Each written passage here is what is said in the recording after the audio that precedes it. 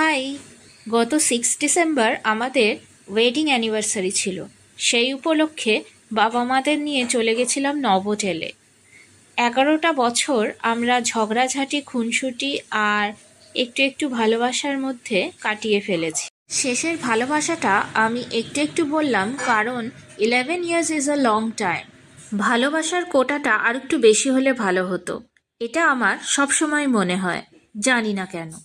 Wedding anniversary celebration তো যথারীতি সেই দিন একটা বিয়ের ডেটও ছিল।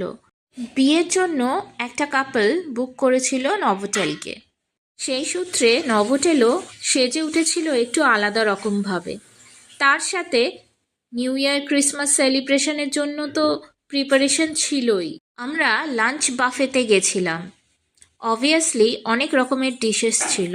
শেষে ডেজার্ট সেকশনটা আমার সবচেয়ে প্রিয়। জীবনের 11টা বছর কি করে ওর সাথে কাটিয়ে দিলাম কে জানে বাবা। দেখতে দেখতে 11 বছর হয়ে গেল, এটাও বুঝতে পারিনি। যাই হোক, খাওয়া দাওয়ার পর একটু নভোটেলটা ঘুরে দেখছিলাম। বিয়ের জন্য সাজানো হয়েছে, সঙ্গে একটা ভিনটেজ কারও আছে, তার সাথে সেলফি মাস্ট।